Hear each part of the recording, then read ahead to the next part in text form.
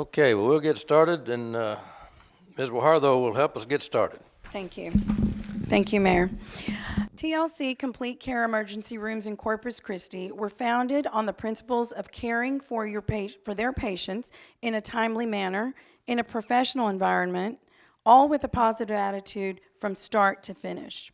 TLC Complete Care serves the community with a state-of-the-art medical facility staffed by the most professional team in South Texas.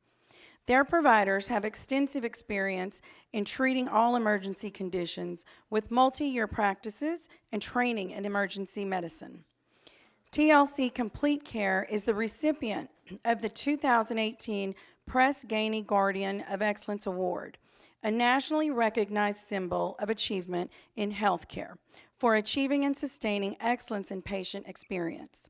TLC Complete Care celebrates the doctors and staff who serve our community for their unwavering sympathy, compassion, and selfless dedication in caring for the sick and the injured. Now, therefore, pursuant to the powers vested in me as the mayor of the city of Corpus Christi, I do hereby proclaim April the 23rd TLC Complete Care Recognition Day in Corpus Christi and encourage all citizens to commend the contributions of TLC Complete Care that is made here in the Coastal Bend, and stay well, will you? In honor of them, stay well. So, and you're going to... Thank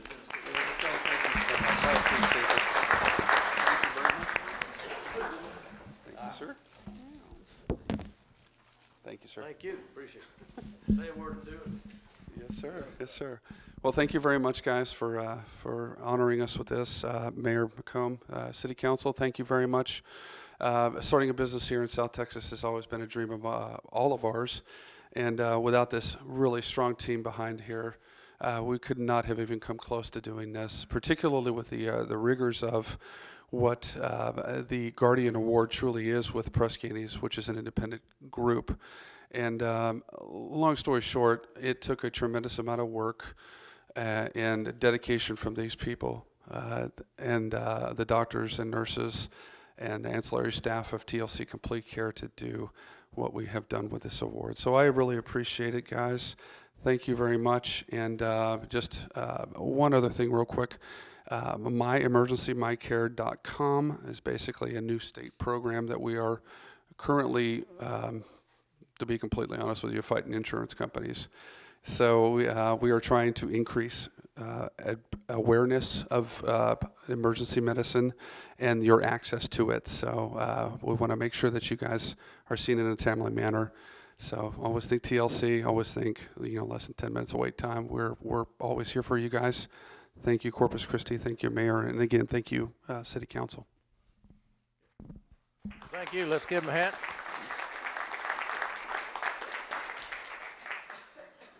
And they had to twist her arm to get her to come today, so that.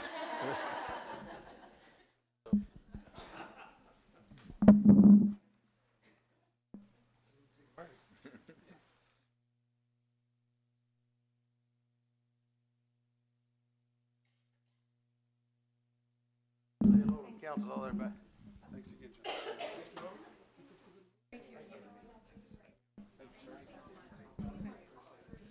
Thanks a lot. Good Okay, job. the next Medical Laboratory Professional Week. Thank y'all for coming. Good to see you. How you doing? Thanks for coming.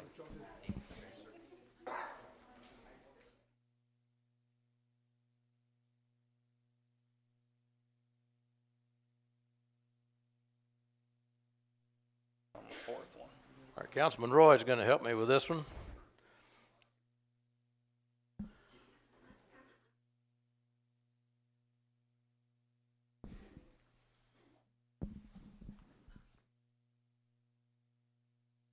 Good morning. Medical Laboratory Professionals Week.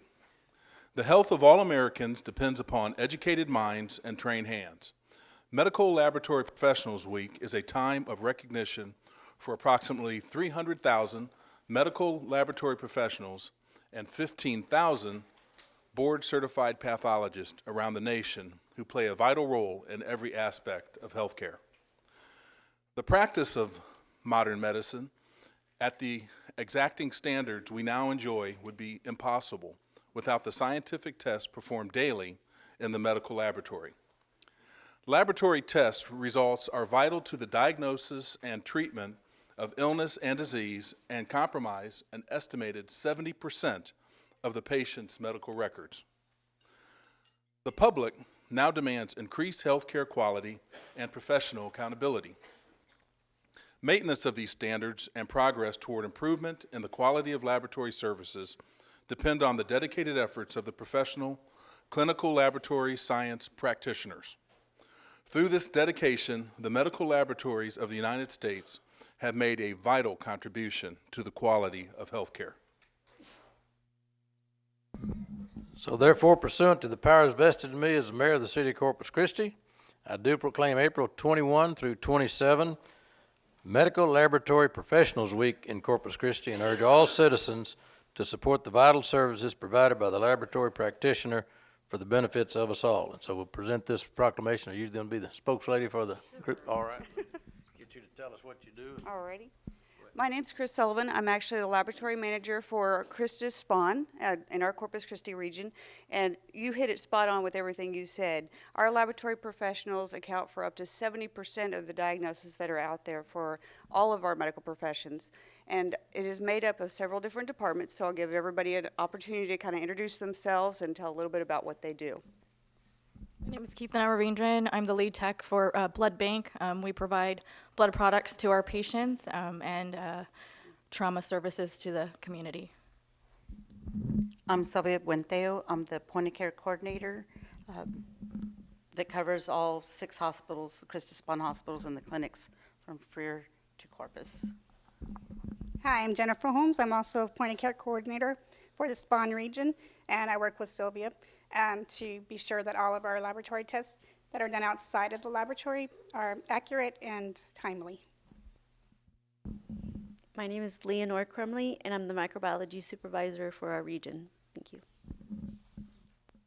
And they told everybody to stay well because they're out of clinic today over here. So anyway, well, thank you for what you do and finding out what our problems are and getting us solved and back up and running. So thank you very much. And you got a new trauma center just opened up over at the hospital. We have a level 2 trauma center over here.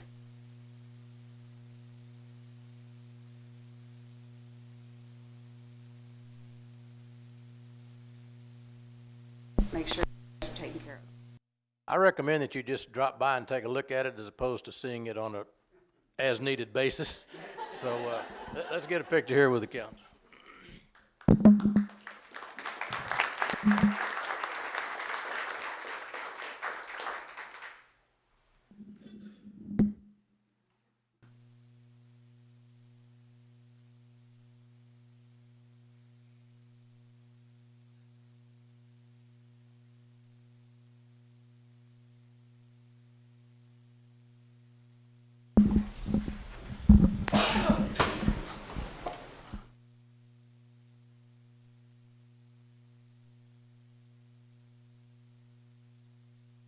You're next, Rudy. All right, this is National Community Development Week. Councilman Garza is going to help us on this. This is Mr. Development right here, so that's why we're getting him to help us. I don't know about that, Mayor. Good morning. The week of April 21st through April 27th, 2019 has been designated as National Community Development Week to recognize and celebrate the Community Development Block Grant Program and the Home Investment Partnerships Program. CDBG and Home over the last year have served low to moderate income residents, constructed and improved neighborhood parks, supported homeless and special needs populations, rehabilitated and weatherized substandard homes, supports home ownership, conducted abatement and demolition activities on blighted properties, has supported accessible activities and created affordable multifamily rental units. Over the past year, our community has received more than $2,687,817 in CBDG funds and $1,188,809 in home funds. Acknowledgement is given to the positive long-term effect HUD funding has created in Corpus Christi community, and that the City of Corpus Christi highly supports increased funding for fiscal year 2020. Now therefore, pursuant to the powers vested in me as the mayor of the city of Corpus Christi, I do hereby proclaim April 21 through 27 as National Community Development Week, and encourage your support for the two valuable programs that have made tremendous contributions to the viability of the housing stock, infrastructure, public services, and economic viability of our community. So, Rudy, tell us a little bit about it. Thank you, Mayor. Well, you summed it up in a nutshell there, but we definitely on behalf of the department, we'd like to thank City Council, current and past, as well as Mr. Selman for your continued support for our programs and the projects we bring forward.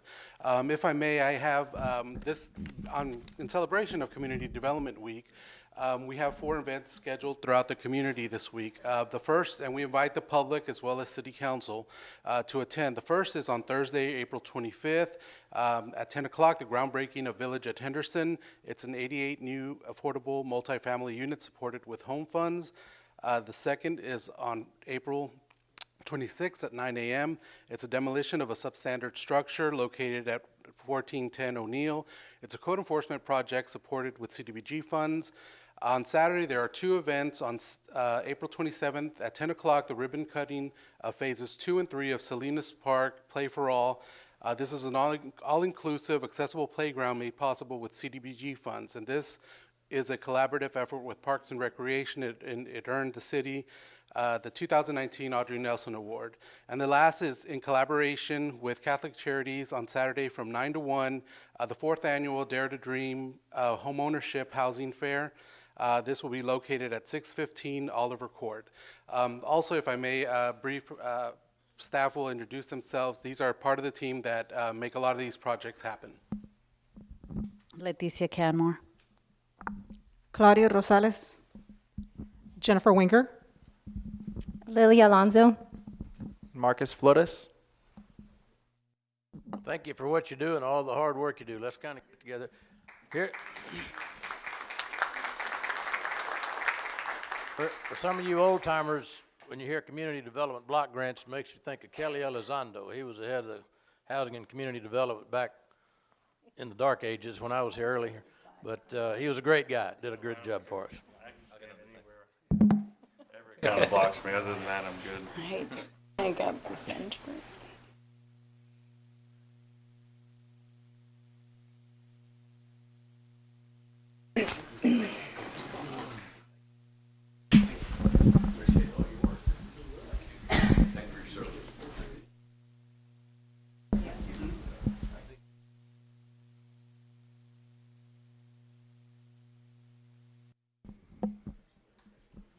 I told you this was a day of proclaiming. All right, the next one is the Maternal Mental Health Awareness Week and Maternal Mental Health Awareness Day.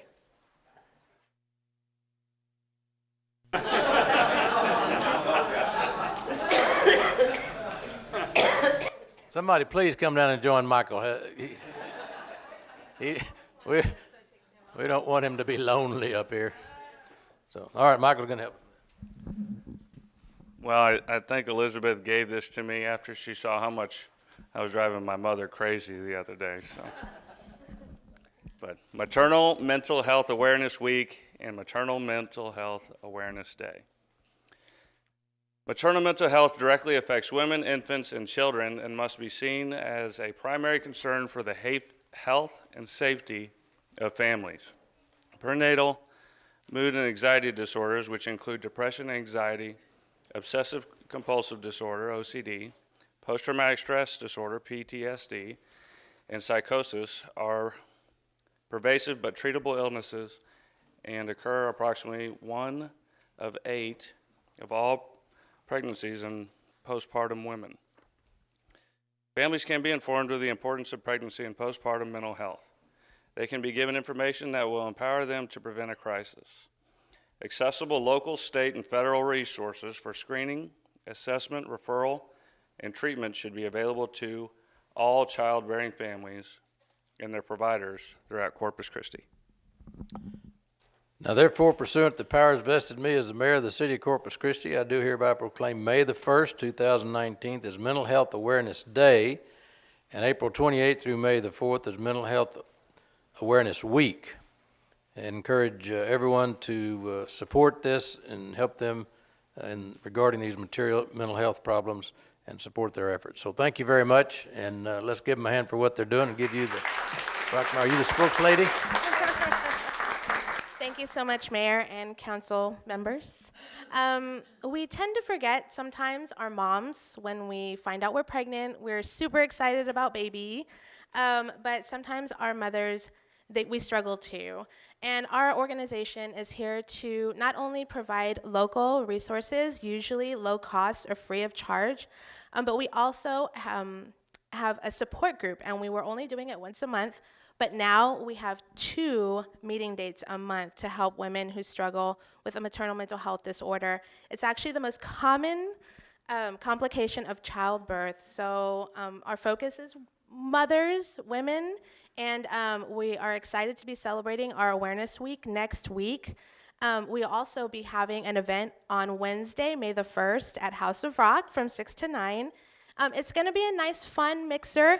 What we do, the subject matter that we deal with tends to be very heavy, so our event will be fun. It's to raise awareness. We will have 2 guest speakers, Lisa Wisner and Dr. Adriana Diurich will be there to speak to us, and just have fun, and it's free. So we want to make sure that we reiterate that. It is free for everybody. We'll also be doing a product drive for Period Corpus Christi. So if you bring in a period product, you can be entered in to win a giveaway from one of our many local businesses who donated items. So thank you very much again, and we look forward to doing this again next year. Thank you very much and appreciate what you're doing. We'll get another picture over here.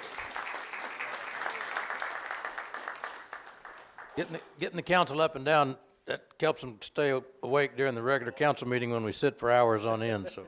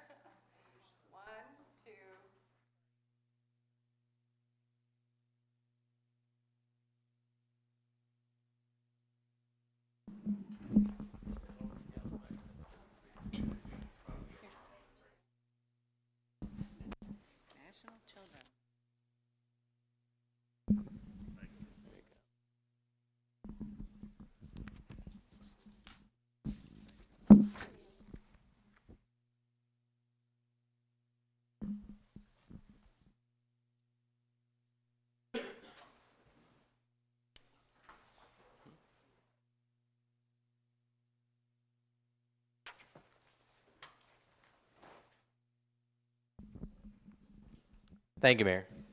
I'm going to go a little bit off script here for just a minute. Today is my wife's and mine anniversary. So Jennifer, if you're watching, love you, happy anniversary, and thank you for all the years of putting up with me.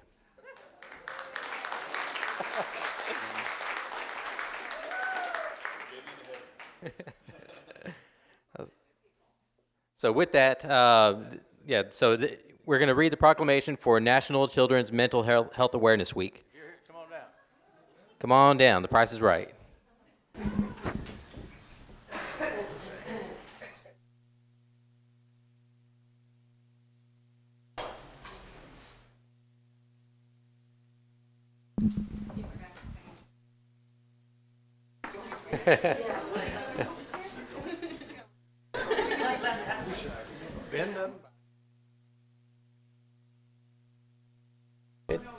Yeah, come on in.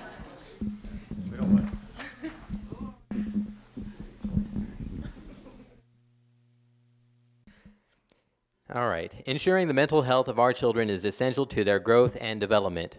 According to the United States Department of Health and Human Services, the prevalence of mental health disorders in children and youth to the point in which their life is significantly impacted is estimated to be approximately 20% during a given year. learning to recognize the early warning signs of mental health problems and where to obtain necessary assistance and treatment gives children and adolescents better opportunities to lead full and productive lives. Now therefore, pursuant to the powers vested in me as mayor of the city of Corpus Christi, I do hereby proclaim May the 5th through the 11th, 2019 as National Children's Mental Health Awareness Week in Corpus Christi, and encourage all citizens to work together to raise the awareness of mental health needs of the children in Nueces County. And I'll give you the proclamation, and you're the spokeslady. Hey, good morning. My name is Victoria Rodriguez, the Associate Director for the Nueces Center for Mental Health and Intellectual Disabilities, formerly known as MHMR.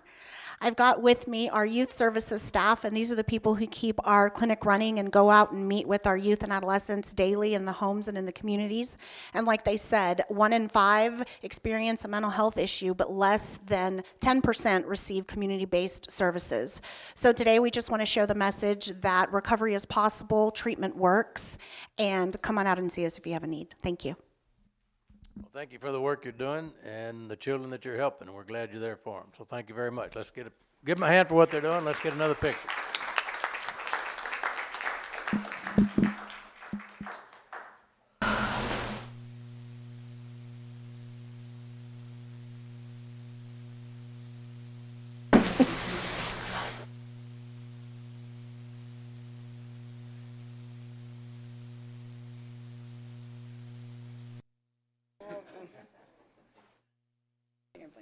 Thank you. Thank you, ladies. And I see former Mayor Nelda Martinez is here today. So good to see you here. Thank you. Thank you so much. Thank you.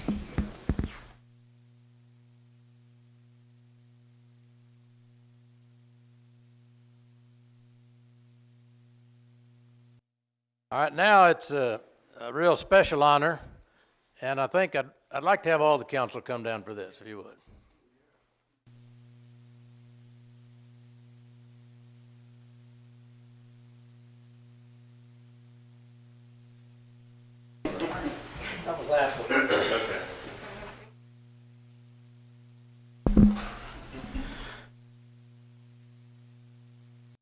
As you know, Corpus Christi is a port city, and we've done extremely well over the last several decades, and particularly in the last few years, and that just didn't happen.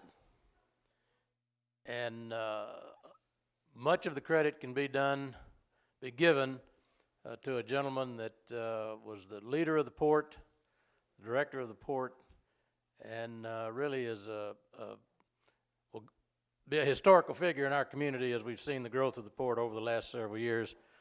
John LaRue, if you'll come forward. Bring your wife with you. You wouldn't have made it without her.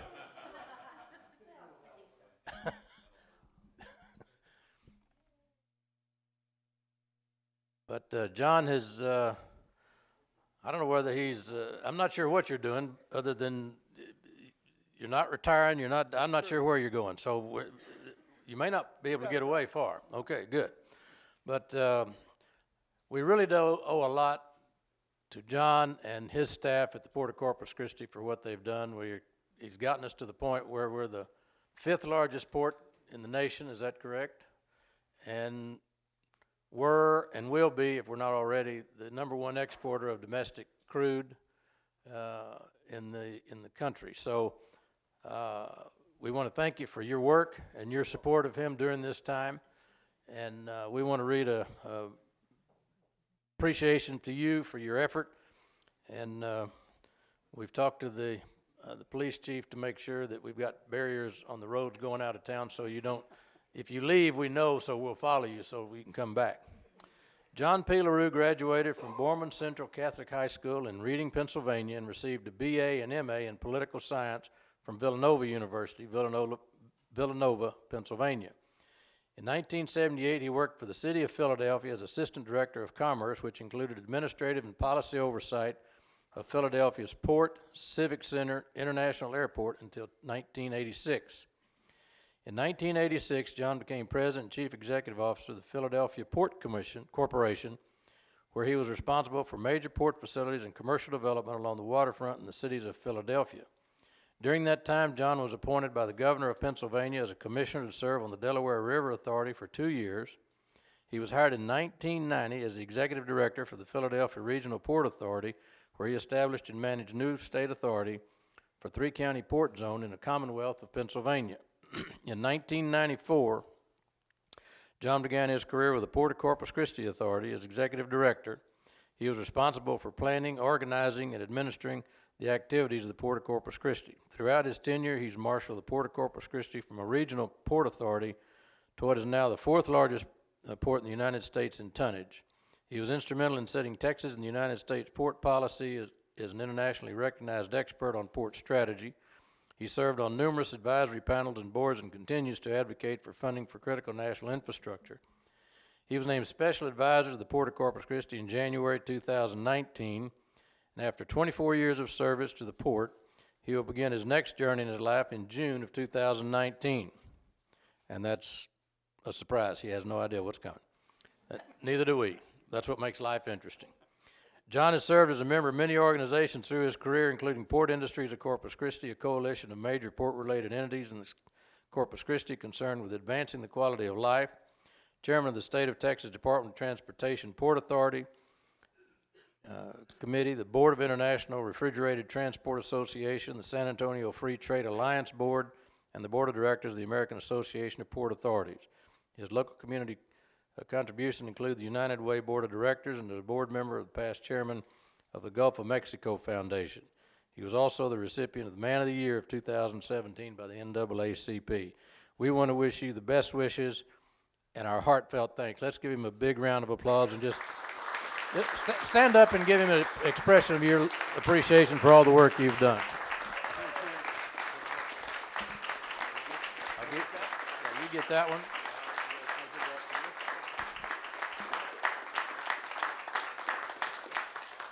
Thank you, Mayor and Council. This is truly an honor. I was trying to avoid doing these, but Sherry called me and said, no, the mayor, I think it was Sherry or Nell, the mayor wants you to do this, so I said, well, you can't say no to the mayor. I do want to thank Mayor Nelda for showing up. We ran into each other last night, and I told her about this, and here she is, so thank you. That's a double honor, having two mayors here at the same time. I'll say a few words. I know you've got a long agenda. When I got here in June of 1994, one of the first things I found was that the staff I had was relatively small, but very effective, competent, dedicated, and experienced. And one of those people, Sherry Dubois, is sitting there. She was, I don't know how long she's worked at the port. She must have started when she was 10, because she's worked there like 30 plus years. But she's been with me since day one, and has just done a fantastic job. And I think she exemplifies what port staff is like, very dedicated. And the staff is not so small anymore, but it's still, those attributes are still there. They're dedicated, they have a good deal of experience, they're very competent, and they know what they're doing. So that's a lot of the success. The Port Commission has always been at the key to what we do. I mean, in the same way here, staff recommends, does everything, but we need the approval of the Port Commission. And just as a historical, since you said I'm a historical figure, now I can, but the first Port Commission, to show you how things change and don't change, the first Port Commission, the chairman was Joe Fulton, who was one of the reasons I came here, and we miss him that he's not here. Doc Laird, who was a plant manager, some of you will know Doc Laird. Dick Bowers, who's reincarnated himself and is back at the Port Commission. He was a city appointee at that time, now he's a county appointee. Marion Luna Bren, who was the first woman appointed to the Port Commission. Richard Valls, who is the father of Rick Valls, who the city just reappointed. Tony Canales, who's the father of the county judge, Barbara Canales. And then a figure who helped me a lot understand parts of this port and community I didn't know, David Mayo, who was a farmer and agricultural person, and David was a great help to me in understanding what was going on in the port. So the commission has really set the stage for us. During my time, 4 of the 7 chairmen have been from the city. So it was Joe Fulton, it was Bill Dodge, it was Mike Carroll, and Ruben Bonilla. All 4 of those were of the 7. So you've done a good job. People respect that. And I want to thank our vice chairman, who's also a city appointee, Wayne Squires, for showing up this morning and being here. And just a word on city and port cooperation. That was something that was easy for me because, as you read, I worked for the city. I worked for the city of Philadelphia from 1971 to 1986, and I worked in the managing director's office, it's a strong mayor form, but the managing director is like a city manager. So I got involved in all departments, all segments, and then I went and worked in the Commerce Department, as you mentioned, where the port and Reader's Digest version, I went from there to the port. But one of the best things about when I worked in the Commerce Department, there was somebody who worked in the managing director's office, and I was able to meet Diane. She was working across the hall. So we weren't working directly together, so it was okay. We didn't do anything against city policy at the time, but that was probably the highlight of my career with the city of Philadelphia, was meeting her. But as far as my relationship with the city, I said it's easy. And you look at some of the things we've done, and Mayor Nelda will recall this, and so will you, was the Mary Roads pipeline, which the port and the city cooperated on, and the port actually loaned Frank Brogan, our Director of Engineering Services, to the city to build that. He was the project manager. We didn't see him for 2 years. He was gone, just working on that project. And I think he still does some work for you guys on water issues. So also all the industrial development, whether it's CC Polymers or First Alpini or ExxonMobil, the city's relationship with the port and the region, the city's really been the leader in taking care of all those. The stadium was built on land that was owned by the port, and we worked, I'll be very candid since it's my parting time, it wasn't a good deal for the port.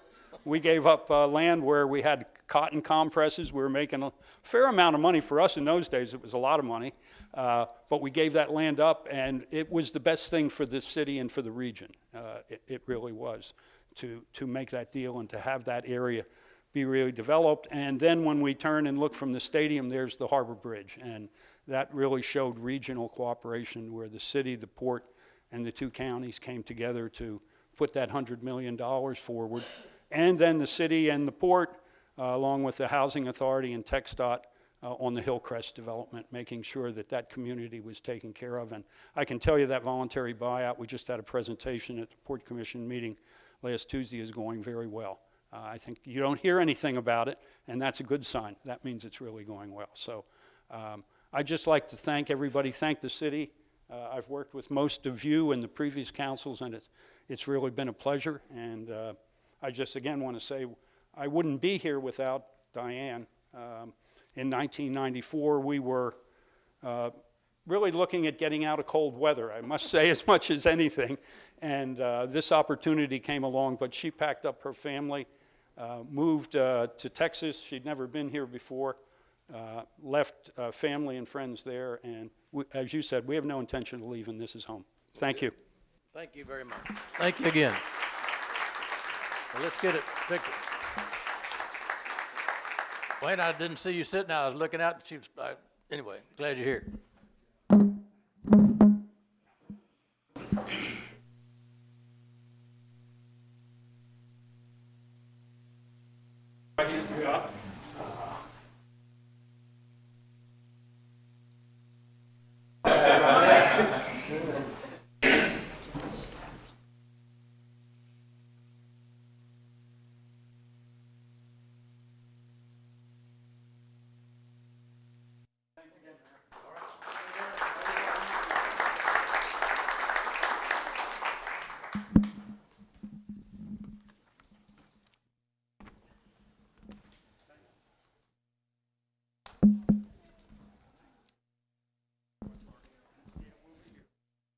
Well, just one other side note. I believe, John, if I'm not mistaken, if my memory serves me right, there's a link between Constance and the Port of Corpus Christi because Harry Plumerity is her father, and you replaced him when he retired. So she was a little bitty girl, probably wasn't even, I don't know. 10 years old, like Sherry. Yeah, 10 years old, that's right. Yeah.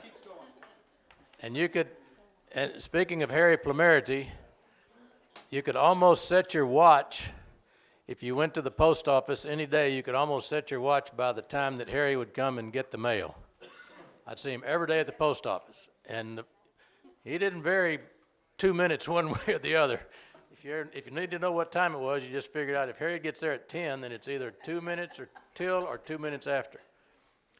Okay, now, we're taking a little long, but it's been a great time. Now, this is an exciting time. We have some people in the community that are willing to donate their time and energy to serve on some boards and commissions. So I'd like for them to come down. We're going to give you the oath of office. So Ted Mandel with the Airport Board. Kusamaker Suda, Airport Board. Cheryl Vatsmeyer, Corpus Christi Downtown Management District. And Lydia Lopez, Senior Companion Program Advisory Committee. If y'all will come on down. Who are we missing? Lydia. Okay. All right. If you'll raise your right hand, I'm going to say aye, and you say aye, and then you say your name, and then I'll give you some phrases, and you follow after that and repeat after me. So I do solemnly swear that I will faithfully execute the duties of a member of the board to which I have been appointed and upon which I am about to enter, and will to the best of my ability preserve, protect, and defend the Constitution and laws of the United States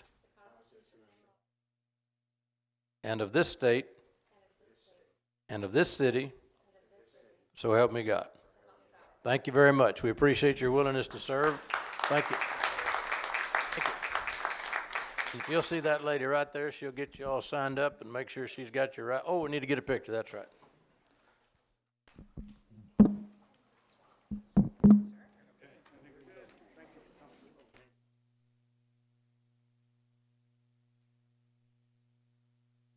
I like the chair. Yeah.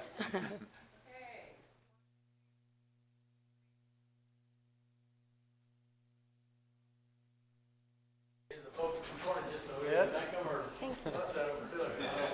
Yeah.